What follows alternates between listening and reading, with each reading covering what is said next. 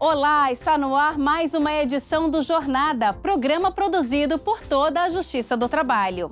Todas as semanas fazemos uma viagem pelo Brasil mostrando projetos e iniciativas que beneficiam toda a sociedade. No programa de hoje, uma reportagem especial sobre telemarketing. Vamos mostrar a rotina de quem trabalha do outro lado da linha. Com muitas cobranças, os direitos desses trabalhadores são muitas vezes desrespeitados. Em outra reportagem, vamos passar por Belo Horizonte, Campinas e São Paulo, capital, para conhecer os centros de conciliação dos Tribunais Regionais do Trabalho, que ajudam a solucionar processos por meio de acordos. Em Barueri, São Paulo, novo fórum traz mais comodidade para aqueles que procuram a justiça. E no quadro Trabalha Brasil, direto de Luiz Correia, no litoral do Piauí, a rotina de um professor de kitesurf. Tudo isso e muito mais, o nosso Jornada começa agora.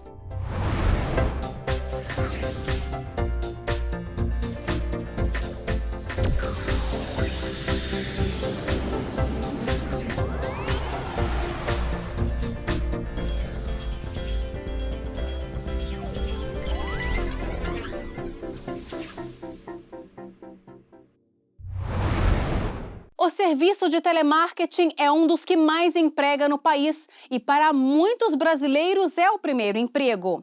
Em algumas empresas, no entanto, essa atividade pode esconder humilhações, pressões exageradas por resultados e traumas psicológicos. Na nossa reportagem especial de hoje, você vai saber como uma rotina de abusos do outro lado da linha contraria os direitos trabalhistas. No ramo de serviços, o setor de telemarketing é o que mais cresce no Brasil. Já são mais de 2 milhões de operadores. 64% têm entre 18 e 29 anos. É o caso desta jovem de 19, que assumiu há poucos meses a função. Você tem que bater uma meta de um tempo X, de uma qualidade X de ligação. E aí, nesse período, o chefe fica, vamos... fica lá em cima de você e faz a campanha interna da equipe. E é uma pressão muito grande, porque quando você não atinge, você fica se sentindo mal, porque, nossa, eu não sou tão capaz.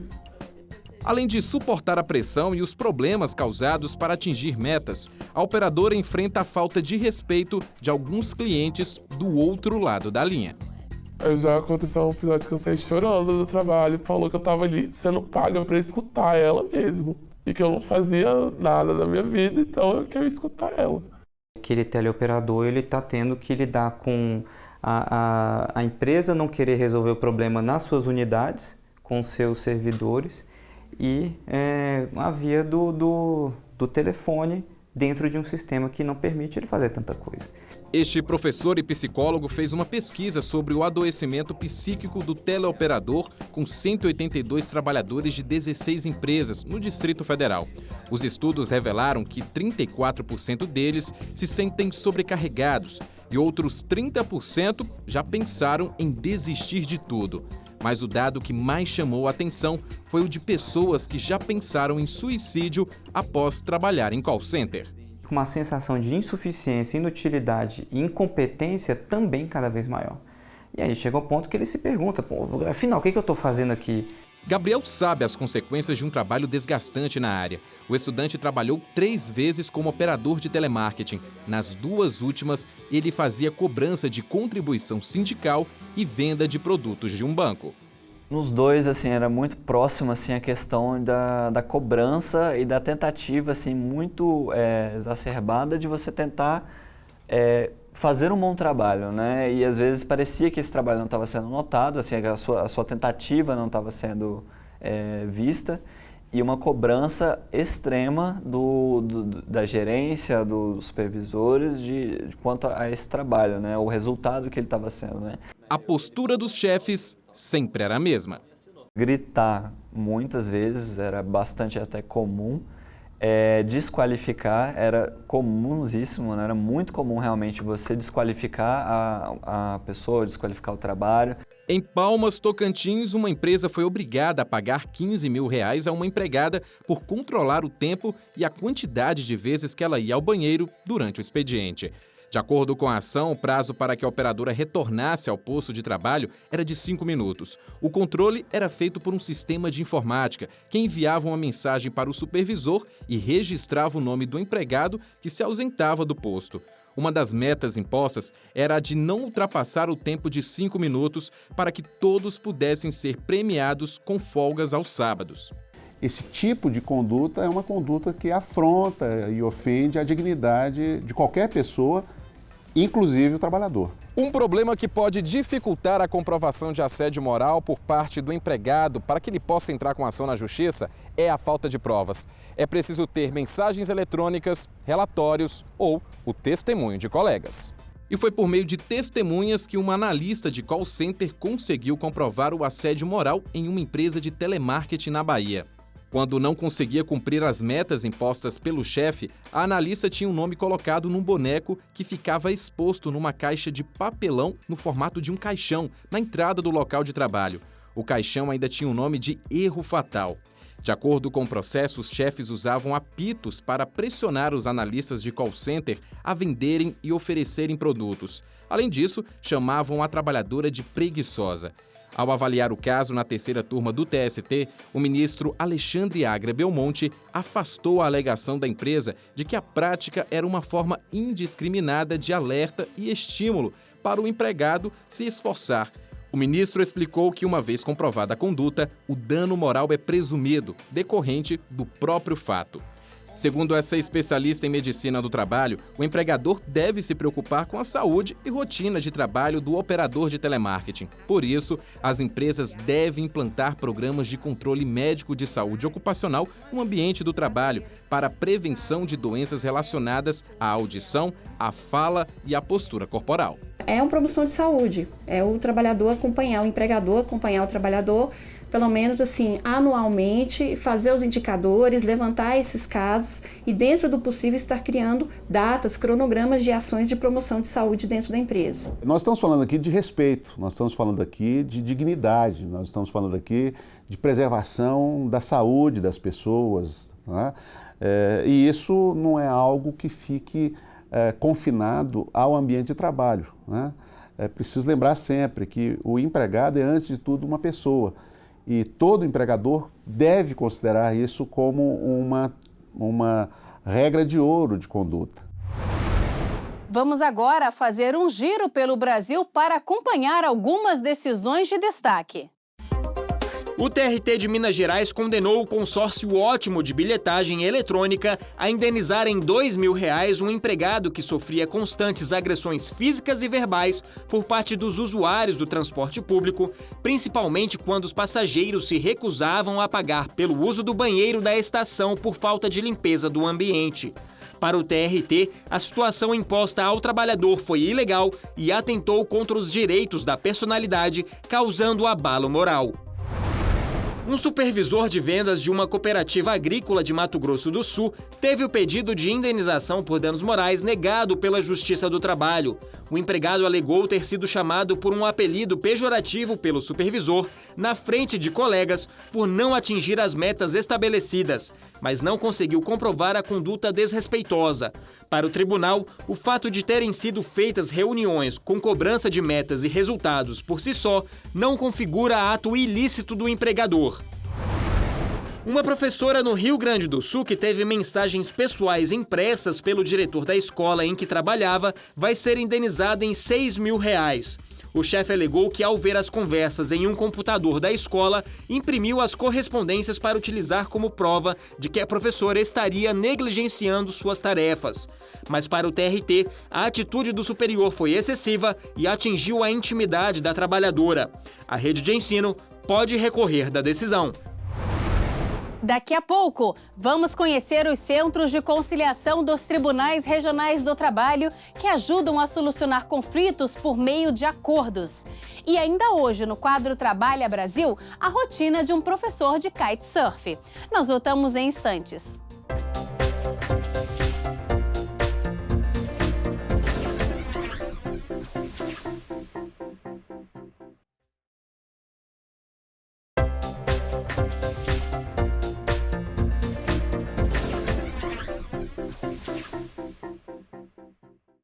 Chegou a hora do JT em ação, com iniciativas da Justiça do Trabalho para melhorar os serviços oferecidos aos cidadãos.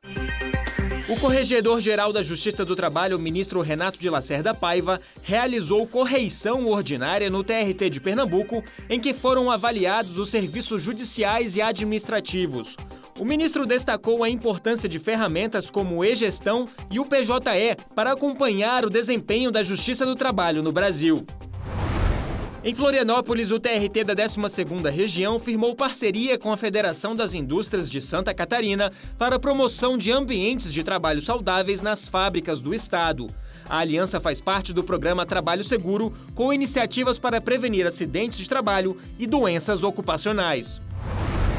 24 alunos que estão concluindo o curso de Sistemas de Informação para a Internet do Instituto Federal de Rondônia visitaram a sede do TRT da 14ª Região em Porto Velho. Os estudantes tiveram contato com os profissionais da área, conheceram a estrutura de tecnologia da informação do tribunal e os principais sistemas de tecnologia em uso.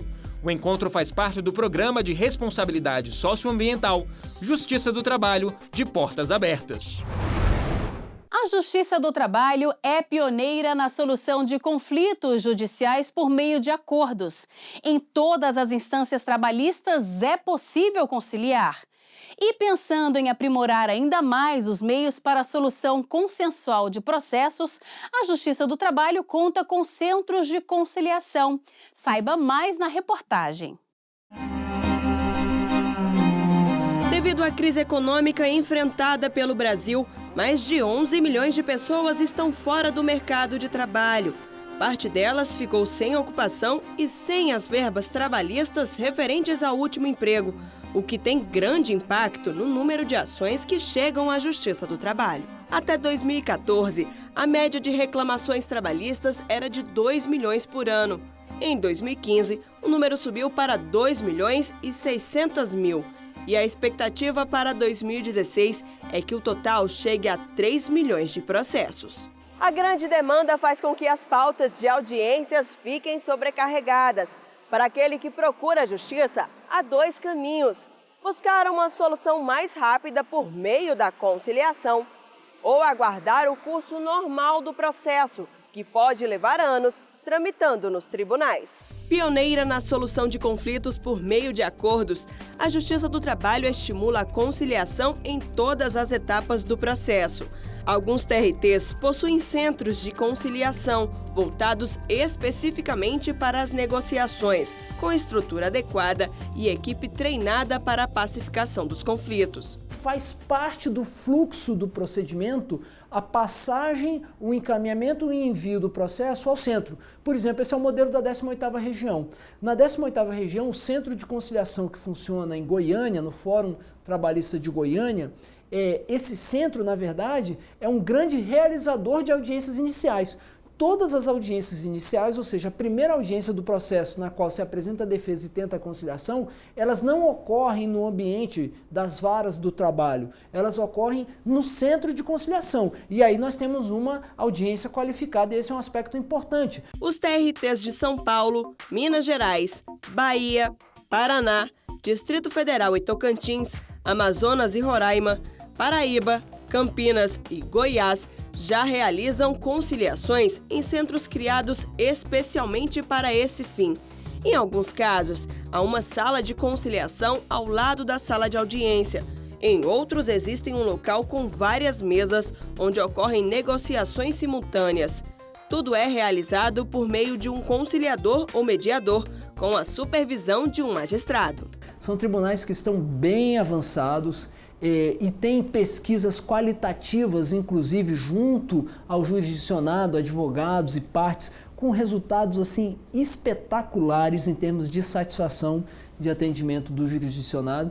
São experiências extremamente positivas, não apenas do ponto de vista da pacificação social, que é o objetivo maior da conciliação, mas acima de tudo da prestação jurisdicional. O TRT da 2ª Região, na capital paulista, conta com 3 centros judiciários de solução de conflitos. São eles o Sejusc Sede, Leste e Sul. Todos são coordenados por desembargadores e realizam diversas conciliações por semana. em cada sala de audiência, nós temos uma sala de conciliação anexa.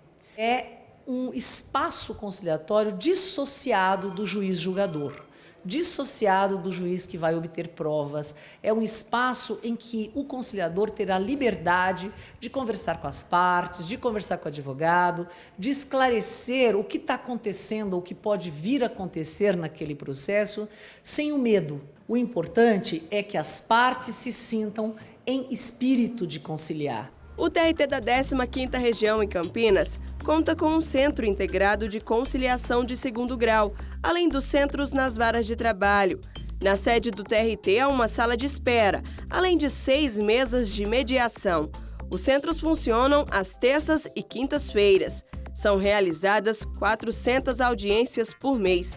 Atualmente, cerca de 50 empresas participam dessas conciliações, na tentativa de resolver diversos processos trabalhistas. Começamos, então, a aprimorar esse processo, chamando essas empresas, né? O SIC já estava lá montado com 6 mesas operacionais, uma mesa de apoio, os mediadores sendo formados, e a gente, então, começou a ter essas listas que as empresas são as responsáveis de mandar. Elas detectam esse passivo e acabam nos disponibilizando para que a gente possa conciliar nesse local apropriado.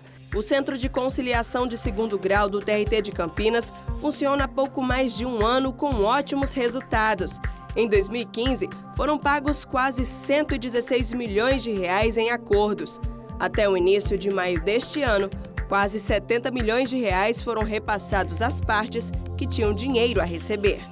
E na semana de conciliação, que será realizada entre os dias 13 e 17 de junho, o TRT da 15ª Região espera intensificar as conciliações. E as empresas já estão mandando listas extras, que a gente já fez aí um chamado geral, né, de toda essa parceria com as empresas. Olha, semana nós temos que realmente tentar, e muitas até aderem de bom grado, porque elas ficam esperando os processos entrar em pauta. Então a gente já aproveita e já antecipa, porque em vez de 2 dias por semana a gente fará 5. E não para por aí. A criação de novos centros de conciliação em todo o país, com funcionamento permanente, é prioridade para a Justiça do Trabalho. Nós vamos apresentar aos presidentes dos tribunais, que seriam aí os grandes vetores de disseminação dessa ideia, vamos apresentar um manual de como implantar um centro de conciliação e uma central de atendimento e tira dúvidas com o apoio daqueles magistrados que já conduzem essa experiência. No próximo bloco, vamos conhecer a nova sede do Fórum de Barueri, na região metropolitana de São Paulo. E no quadro Trabalha Brasil, o cotidiano de um instrutor de kitesurf de Luiz Correia, no Piauí. Nós voltamos daqui a pouco. O TRT de Mato Grosso lançou a série Todo Trabalhador Precisa Saber, com informações sobre os direitos trabalhistas. Quer saber mais? Acesse facebook.com/TRT Mato Grosso.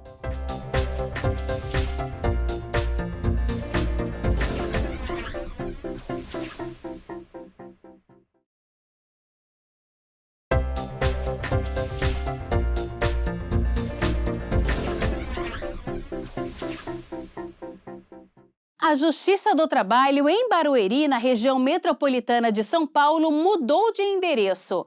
O novo prédio, que acaba de ser inaugurado, traz mais comodidade e segurança para magistrados, servidores e cidadãos. Endereço novo e muitas mudanças no Fórum de Barueri. Na segunda vara trabalhista, por exemplo, o espaço é 2 vezes maior que o antigo. O prédio mais moderno conta com iluminação natural, o que deve ajudar na economia de energia elétrica. Toda a funcionalidade, o maquinário, isso aqui com certeza vai auxiliar em muito a gente poder atender melhor o jurisdicionado aqui. A inauguração foi no dia 12 de maio. O novo prédio da Justiça do Trabalho em Barueri funciona na Alameda Araguaia, em Alphaville. 2 novas varas também foram criadas e vão funcionar de forma 100% eletrônica com o sistema do PJE. Agora o Fórum passa a ter 5 varas para atender a população. O Fórum antigo era muito ruim. As instalações péssimas, não tínhamos condições nem de melhorar a parte de informática e tudo com total incapacidade do prédio. A necessidade de ampliação do fórum pode ser medida também pelo número de ações trabalhistas. No ano passado, quase 13 mil processos tramitaram aqui em Barueri. Os setores mais reclamados foram serviços, indústria, comércio e transporte. Processos que eram distribuídos para 2 varas agora vão ser distribuídos para 5. Então, aliando as duas coisas, 5 varas e 2 completamente PJE e as outras também já com PJE, isso vai possibilitar que a gente consiga realmente acelerar a dação da prestação jurisdicional. E chegou a hora do quadro Trabalha Brasil, com profissões não muito convencionais. Você já imaginou ter um escritório na praia? Esse é o caso de um instrutor de kitesurf do município de Luiz Correia, no Piauí. Nossa equipe foi até lá conhecer a rotina desse profissional, marcada pelos ventos fortes que proporcionam lindas manobras na água e no ar. Seja para se divertir, se bronzear ou caminhar pela orla, é sempre tempo de ir à praia. E para os que desejam adrenalina, existem os esportes aquáticos mais radicais como o kitesurf, que em uma descrição simples significa velejar sobre as águas, puxado por uma pipa e com os pés em uma prancha.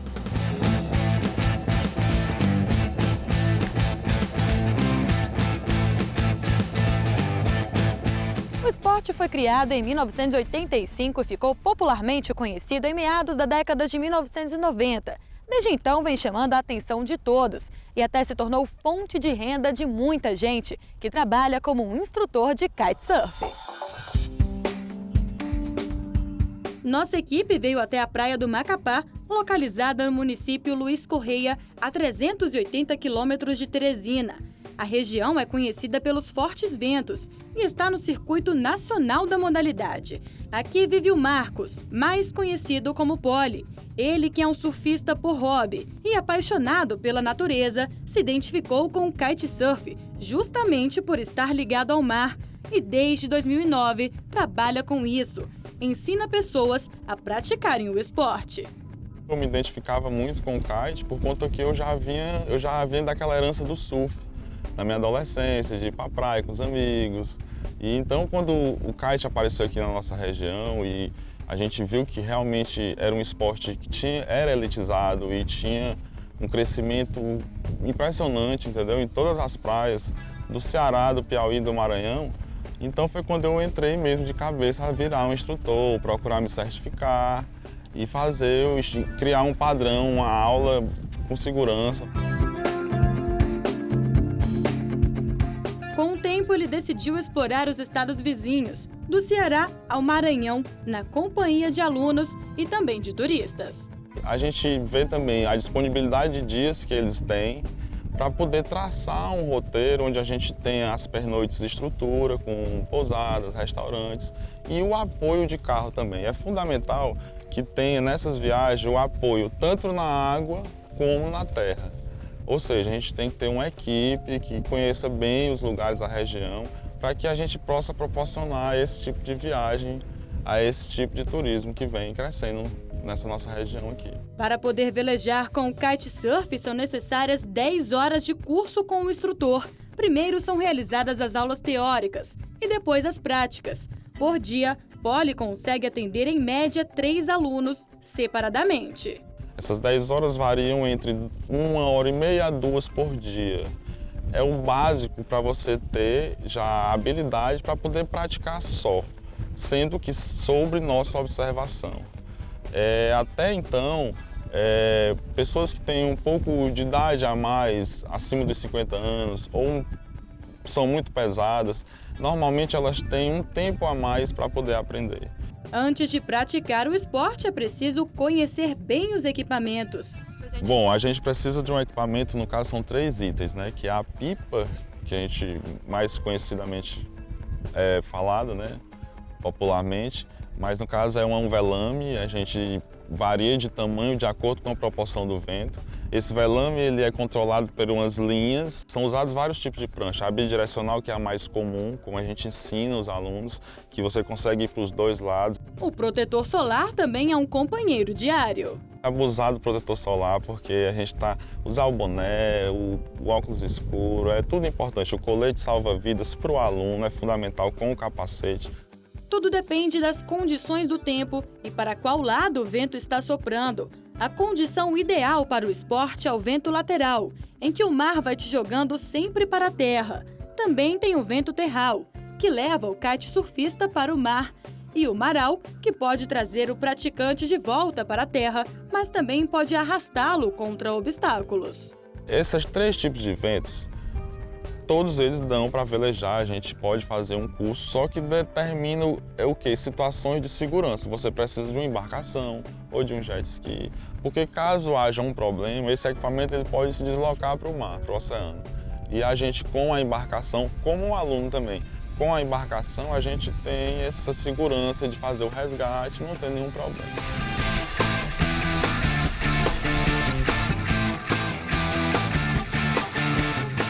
Com o escritório na praia, Poli também aproveita os horários vagos para realizar alguns desafios pessoais. Ele veleja com kitesurf pelas praias vizinhas. Alguns momentos são inesquecíveis. Eu já tive o prazer de velejar com golfinhos me acompanhando. Já vi outros peixes diferentes que você vê e fica meio que assustado, com medo, mas depois vê que, já familiarizou, né? Ele está sempre ali. Você sempre passa e vê tartarugas, arraias. Eu acho que você vê esses animais e o kite você está sempre sozinho, nunca... Dono do próprio negócio, Poli pretende continuar com o kitesurf para o resto da vida, seja ensinando na prática ou até dando palestras sobre as experiências vividas. Quero ter o prazer ainda de estar ali ensinando, talvez passando minha experiência para pequenos velejadores ou fazendo palestras, entendeu? A gente já faz parte da Associação Piauiense de Kite Brasileira, então eu vou estar sempre nesse meio, em qualquer que for a área, eu vou estar sempre querendo estar ali, olhando, entendeu? E observando tudo.